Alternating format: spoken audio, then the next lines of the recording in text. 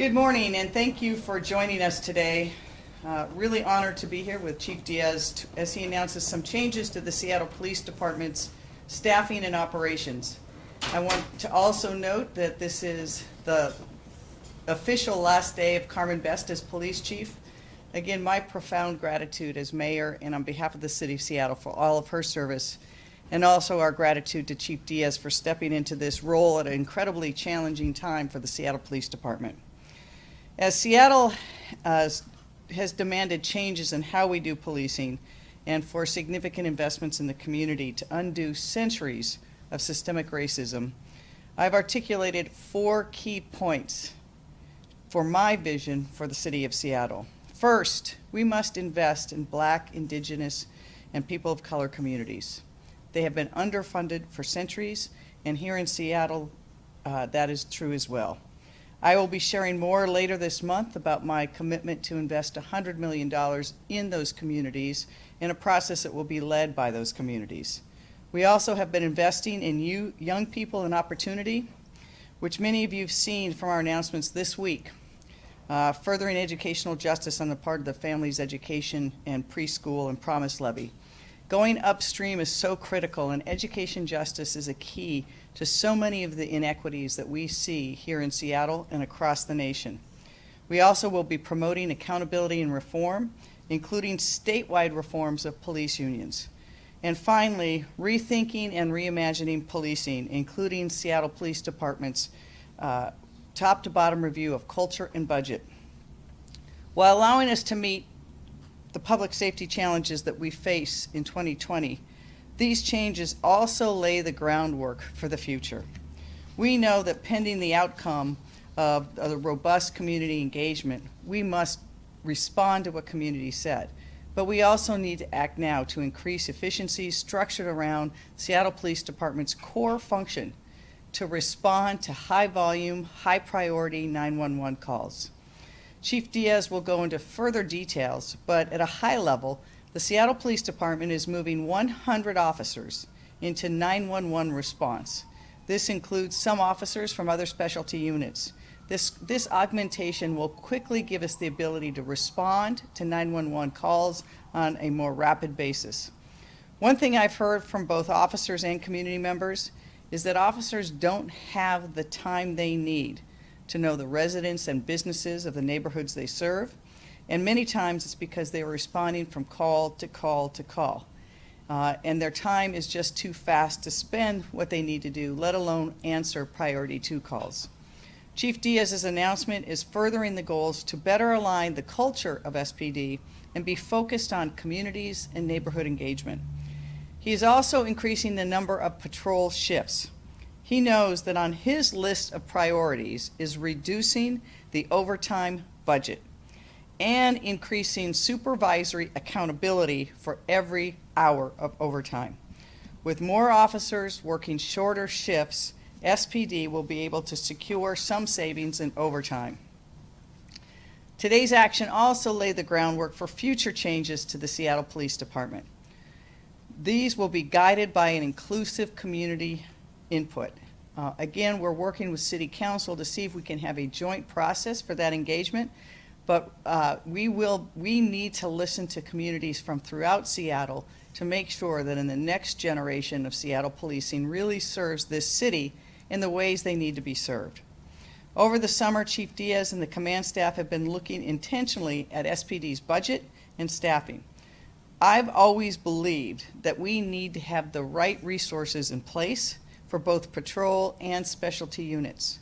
We need to have a police department that can respond to the needs they have and fund that. This is an important effort to ensure the department is better positioned to smartly manage its overtime budget. If you can put more officers at the key times, you'll need less overtime.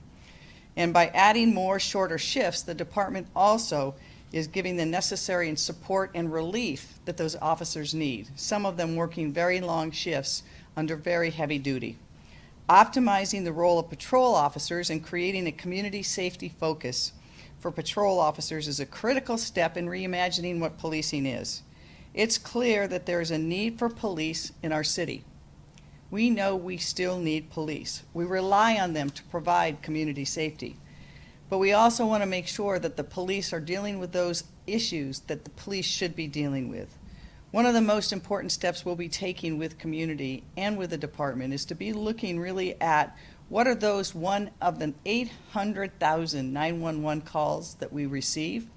Which of those demand a traditional armed police response, and which could get a different response?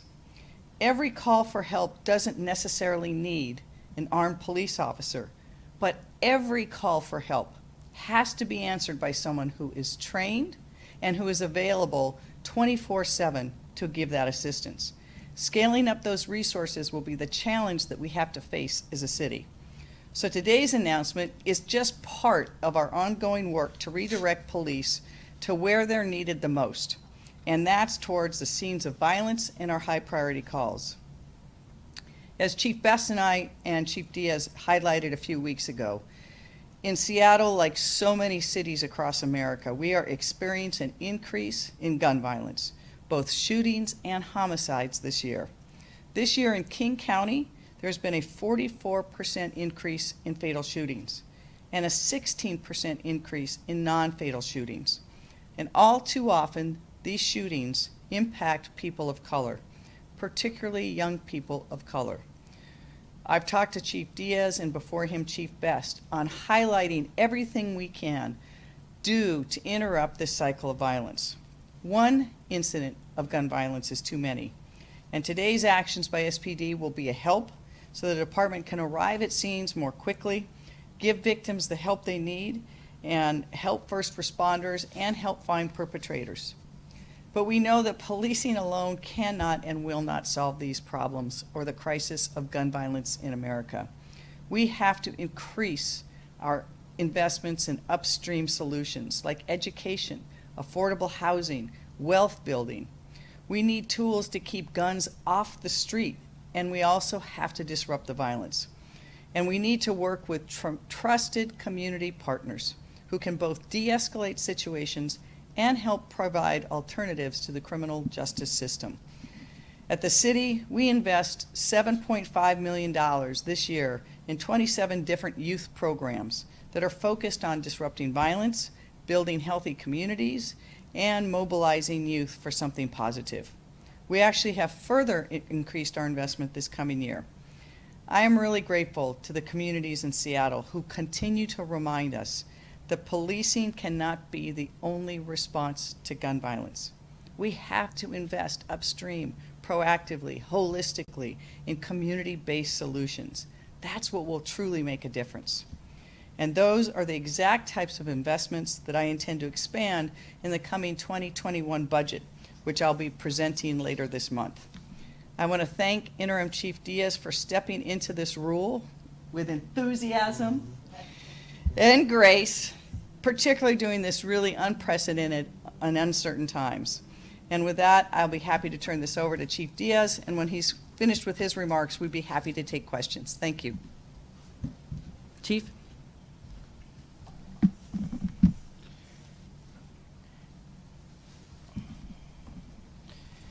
Thank you, Mayor. Actually, thank you, Mayor, for your investments in the BIPOC communities, and thank you for the investments in all sorts of areas that actually reduce a lot of areas of crime. So appreciate all that support.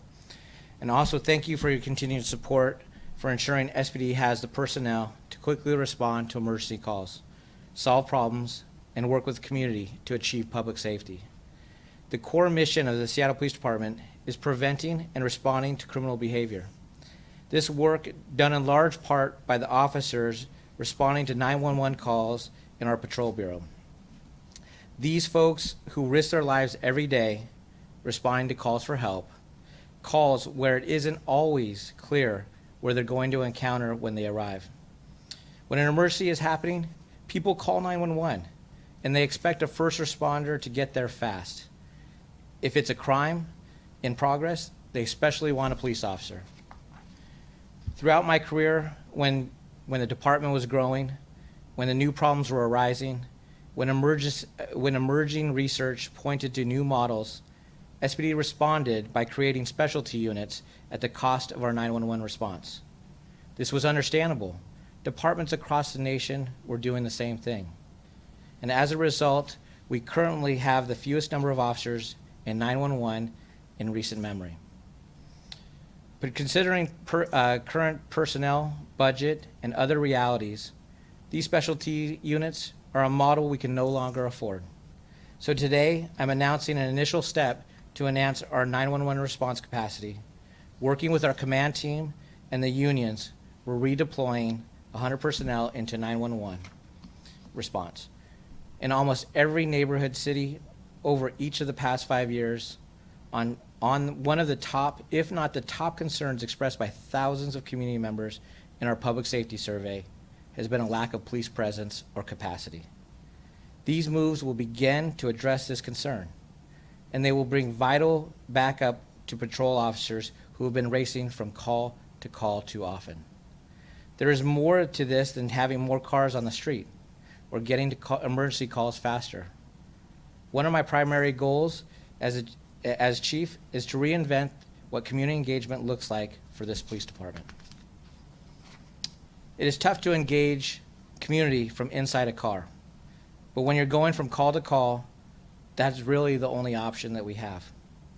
By focusing our resources on patrol, I intend our officers to identify an underlying issue and start the connection with the renter, the homeowner, the neighborhood watch, the small business owner, the person living outside, the deep and lasting connections that we know build trust, legitimacy, and lasting public safety.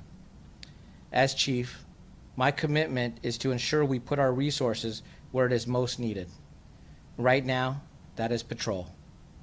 My goal is to have at least half our police officers in patrol plus their supervisors. This will help us more completely deliver the neighborhood-based style of policing we intended for the micro-community policing plans. It will mean more officers available throughout the day, which will help achieve response time goals, reduce the overtime we use to guarantee we have enough officers on patrol, and ensure we can respond to calls of any nature. With more appropriate staffing in patrol, we will not have to rely on overtime-funded emphasis patrols to address emerging crime issues. This was a move to address an immediate and ongoing staffing need in patrol. I and the entire SPD command staff remain committed to community-driven process for determining the future roles and responsibilities of patrol and other parts of this department. And thank you. With any questions? Thank you, Mayor. Thank you, Chief. As a quick reminder to everyone who is asking a question today, we will be doing follow-ups, but please keep your questions short and succinct so we can get to everybody. Our first question today will come from Hannah Scott, Cairo Radio. Hannah, the floor is yours.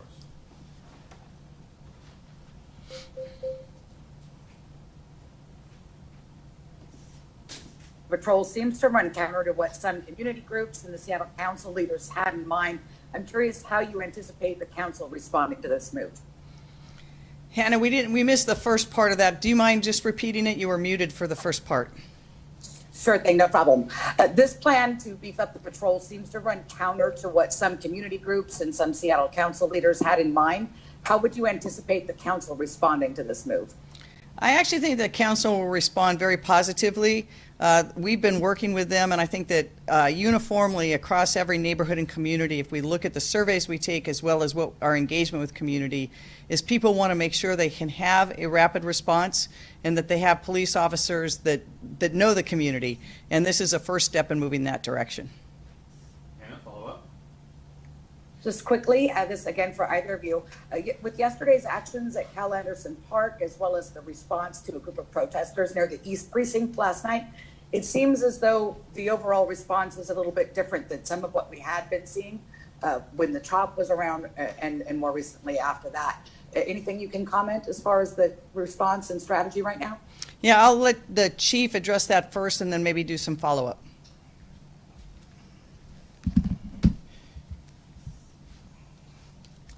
So, Hannah, actually that's a great question. Right now at Cal Anderson, we assisted Parks Department in securing several buildings that had been occupied and been used as as stations for some of the different demonstrations.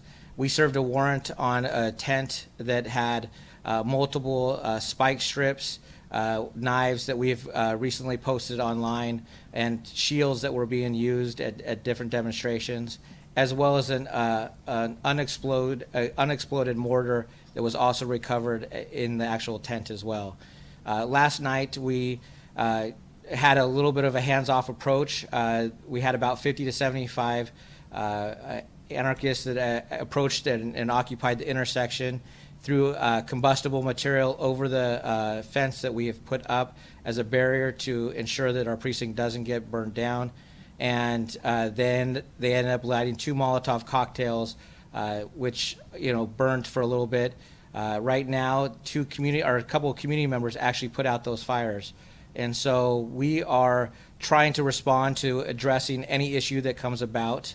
At that Cal Anderson location, we earlier in the day, we actually made an arrest of somebody that was wanted out of Portland, was wanted for an assault on a firefighter, a Portland firefighter.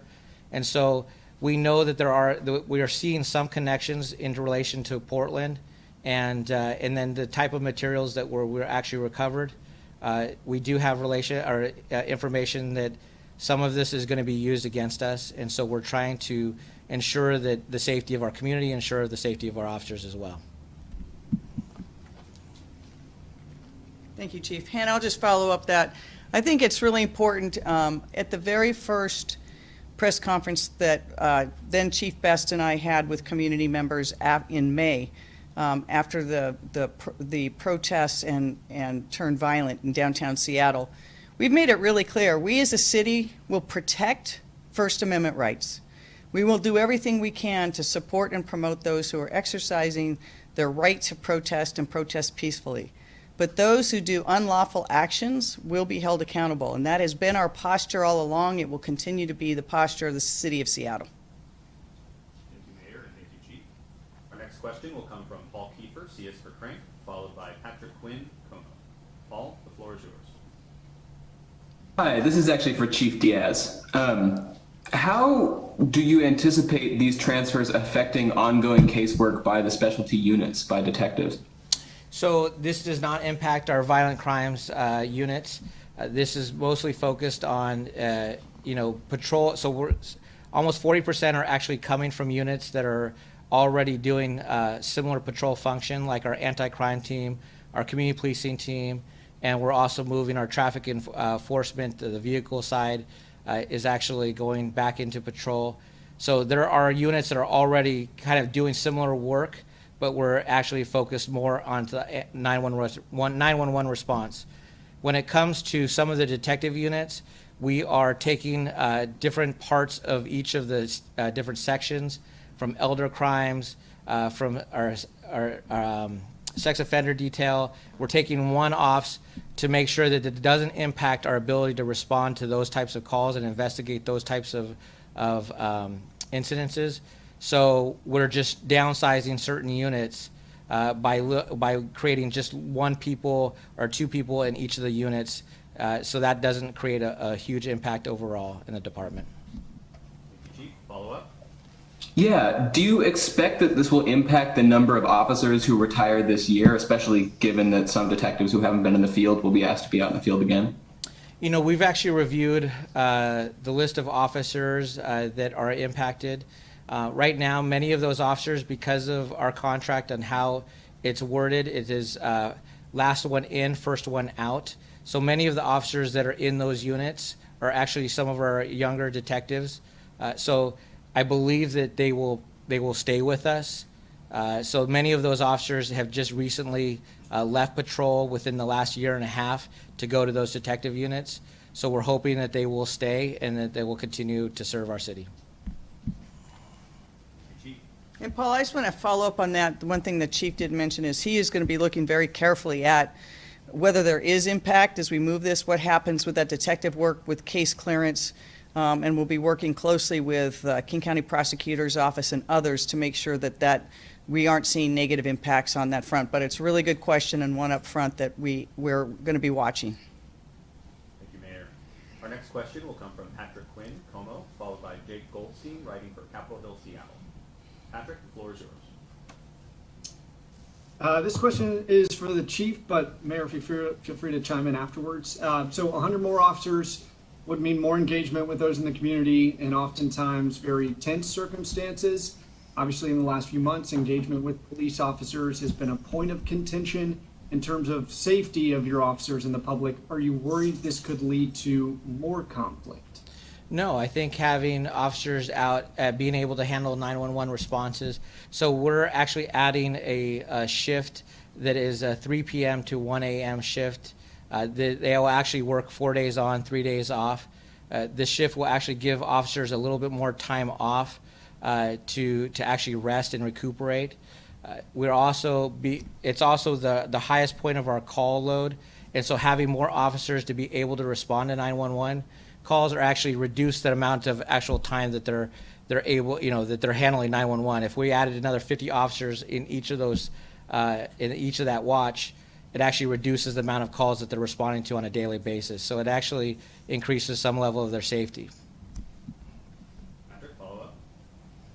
Yeah, any steps are you taking to ensure less confrontation? I don't know if that means increasing training for these officers or these 100 officers or de-escalation measures or any proactive steps as you put them into the field that can help ensure that there is less conflict? Yeah, you raise a good point on some of our training. As I think over the last several years, we have actually put all of our officers through all the training. They go through everything the same. So it doesn't matter if you're a patrol officer or detective, you are going through de-escalation training, crisis intervention training. Many of the officers that have been our detectives have once gone through that crisis intervention training. We are, for the detectives that have been away from patrol, we're actually updating their training, and depending on how long that they've been away from patrol, we will actually include the areas that they need to fill, so it makes it safe for their response to these calls for service. But right now you also have a good portion that are already currently able to respond to 911 calls, such as your traffic enforcement, your anti-crime teams, and your CPT teams. They're already doing the training that I just described as well. I think, Patrick, one follow-up I think that on that is, if I understood your question, I think it's really important that people understand is when people dial 911 and we need a police officer there, they want them there. And that's in every part of our city. And we have not seen, unless the chief, you can correct me, we have not seen hostility to officers who are responding to calls for help. And so I think it's one of the things that may get lost in some of the coverage is that throughout Seattle, in every community, people still need and rely upon their police officers to respond to emergencies. Thank you, Mayor, and thank you, Chief. Our next question will come from Jake Goldstein, Capitol Hill, Seattle, followed by Simone Alicea, KNKS. Jake, the floor is yours. This question's for Chief Diaz. So I was wondering how you say, this move is to build better community engagement and how you reconcile that with building a wall around the East Precinct that literally closes it off from the community, and how you see those working in tandem. So one is actually because you have more officers in patrol, they're actually frees up their what we call available time. And so that available time hopefully will get us to about 40% of their time in patrol is actually available to connect with community. You raise a good point. I would love to not have a wall around the East Precinct. I know that it creates a barrier for people to feel connected. However, over the last several weeks, people have they've lit a Molotov cocktail inside the lobby. They've had multiple different fires set in and around that building, on the outside of that building. And even last night, they had 2 Molotov cocktails that they threw trying to light that building on fire. And once that building does ignite, it impacts that whole block. So there's a huge safety issue that we have to contend with. And so I would love it one day to not have those blocks there, and I hope that will come soon. But right now, it's unfortunate that we're at this place where people are using a movement to actually create and commit violence. Jake, follow up. Yeah, also still for Chief Diaz. Other questions have kind of gotten at this, but can you talk about, we're now in the third month or fourth month of demonstrations and how you think your strategy for dealing with that is shifting at all? I think honestly, many of the demonstrations that we're having on a daily basis are actually requiring less response. And even as of last night, while there was a group that occupied and did throw Molotov cocktails, you didn't see the police around, making sure they were monitoring them or moving the crowd into some confrontation. We were actually taking a very hands-off approach. A part of that is we have many demonstrations that are occurring that don't even have a police response at all. And I think once we get to that level, we're not right now. Portland is still experiencing a nightly demonstration with violence throughout their time. And we're actually seeing less of that confrontation, but however, we're still seeing that confrontation occur at times. And so we just have to make sure that we are prepared, but we just want to make sure that everybody is safe at the end of the time. Great, thank you, Chief. Our next question will come from Simone Alicea, KNKX, followed by Kevin Schofield, SCC Insight. I have to announce that those will be our final two questions as we need to stop after that. So, our next question from Simone. The floor is yours. Hi, this is for Chief Diaz. I'm sorry if I missed this, but what is exactly the timeline on this switch? Is this immediate? We're going to see more uniformed officers out starting now? Yes, within hopefully the next several weeks, actually within about a 2-week period, we're going through the process now, honoring the contract and giving people the opportunity for the choices of their assignments, and which is something that we have to do as part of their contract, and then they'll be immediately deployed 2 weeks after that time frame. So we're hoping around the week of the 16th as a projected time frame of September 16th. Follow-up. And you mentioned that, or Mayor Durkan mentioned that you're going to be watching what happens with the how this affects detective work in some of those special units. I'm curious, what other metrics are you going to be looking for to determine whether this is a successful move? Right now, officers are handling calls for service. They're handling multiple calls for service. So their call loads are getting to rates that we need to reduce that level. So that is one metric that for just the patrol officers that we're measuring. So we want to make sure we reduce that level of stress, because the higher levels of stress for officers could create impacts as far as confrontation. So we want to make sure we reduce that. But when it comes to detective work, we're going to actually we've set up a database to identify how many of the caseloads of detectives, how big those caseloads are, what the time is that they're actually getting charges or filings sent through. And so those are all aspects that we're going to be measuring to ensure that our cases are actually being filed on a timely basis. And that's the reason why we didn't abrogate complete units either, because if we would have abrogated a complete unit, for example, maybe a domestic violence unit, we would have had significant impacts to the community. And that's not what we did. We were very diligent on what units we could, pick from without making sure that it impacted our case filings. So. Thank you, Chief. And our last question today will come from Kevin Schofield, SCC Insight. Kevin, the floor is yours. Thank you. This question for both the chief and the mayor. The recent OIG report on crowd control weapons suggested that the East Precinct building's architecture itself makes it difficult to defend. And now you sort of responded to that in part by building a concrete wall around it. Are you looking at whether the East Precinct should move to a different building that's more appropriate and potentially more defensible than the one that's currently in? I'll start with that, and then I'll let the chief follow. Thank you, Kevin, for the question. So the OIG report I thought was a really good report, went through a lot of factors. Your short question is, there's no plan right now to move the East Precinct. We're still assessing and reviewing all of the OIG's recommendations. For example, the OIG recommended very strongly that there be better, more pronounced communication at demonstrations and protests. so that people could hear a disbursement order. Chief Diaz is working with FAS and others to see if we can get sound systems that can be heard more. It's all right when you have small groups like yesterday, but when you get large crowds that are very active themselves. So we're looking at that. I want to come back to the wall, though. I could not agree more with Chief Diaz. I hate seeing the wall around the East Precinct and the West Precinct. I hate seeing public buildings having to be fenced off in a park that's in the heart of our city. But we unfortunately are in a situation now where time and time again there have been acts of violence that are very dangerous to those police.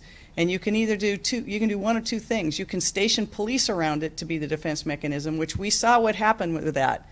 Escalation of violence night after night after night, and police then having to go and interact with the crowds. Or you put a wall for a short period of time. But this chief knows, and that we are going to be looking at this very carefully to see how quickly we can reintegrate that department, both visually and physically, with the community that it serves. You've hit it. So. Okay. Great. Opportunity for a follow-up, Kevin? Yeah, thank you. Yesterday, a judge in the Shea Taylor wrongful death suit cleared the case to go to trial potentially fairly quickly. Given the tensions around police violence locally and nationally, and the strong views on both sides about police, over-policing and police violence, do you have any concerns about whether it's possible to seat a jury that could objectively decide this case? Yeah, Kevin, I think that's a great question, and I was able to read your analysis on the judge's ruling yesterday. I've not yet been able to talk to the city attorney to have his assessment of where the case is, when it could be heard. Having tried high-profile cases in the past, it's really a difficult burden to move a case. But I think for a lot of reasons, not just whether you could seat a jury, but in the end, what is going to be the right thing for the police department, the city of Seattle moving forward. So I have to talk to Pete Holmes about that. He's been in the driver's seat on that case, and I've not been fully briefed yet. Thank you very much. And Q&A is now concluded, so we'll turn it over to you for closing thoughts. Chief, I'm going to let you do some, and then I'll wrap up.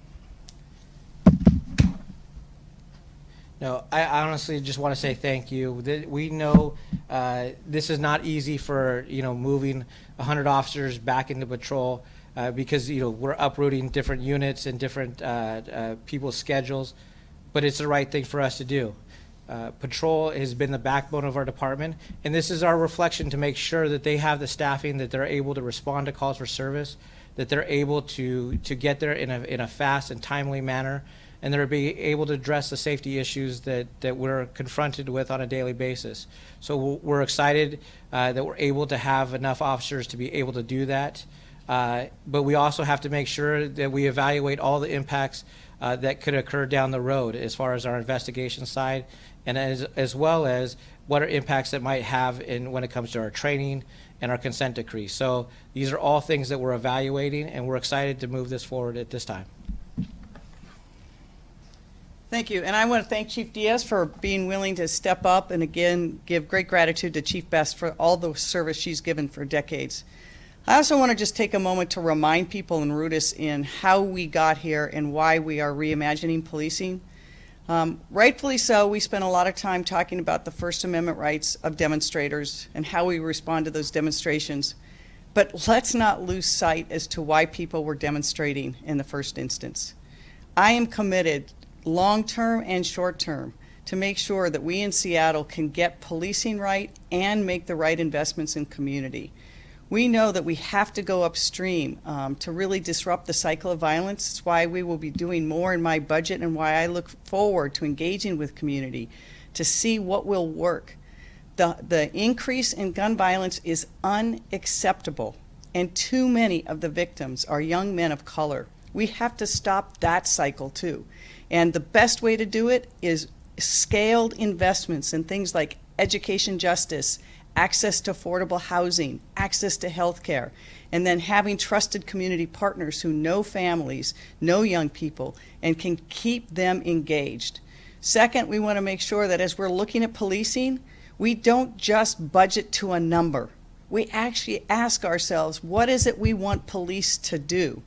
And then we build that model and fund that model. At the same time, what do we need other people to do?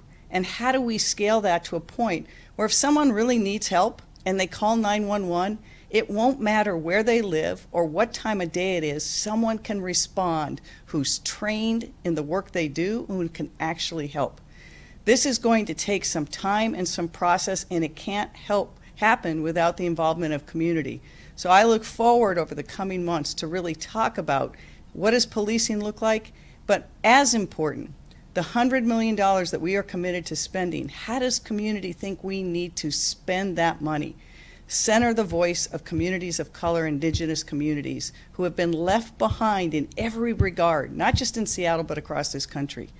I mean, still today, a kid growing up in South Park, Seattle, doesn't have the life expectancy, the career expectancy that a kid in Laurelhurst does. We're better than that. We have to change that. So I look forward in the months to come to really building a more equitable Seattle, and that as we move through COVID, which is still the #1 threat to our city, that we come back not just the same, but we come back stronger and more equitable. And on that point, one last thing that you'll be hearing, this is back to school. And usually back to school means kids got their new book bags, parents are sending them off, parents know that they've got their kids in a safe place for certain hours of the day. But because of COVID and because of the botched response, schools won't be opening. And as a result, the kids who are going to suffer the most are the kids of color in our Seattle public schools. I talked to Denise Juneau last week. We're working very closely with them to see what strategies the city of Seattle can do through its levy and other tools to help make sure the kids don't fall further behind, that they have a device so they can connect to the internet, that they have access to the internet, and that they have somebody engaged with them that can help them through their studies. All of these things have to work together. So today we're talking about policing, but policing has become the big net that catches all the other failures in our society. And it's my duty as mayor, and I think our duty as a city, to figure out how we do better on that regard. Thank you very much, and happy September to everyone.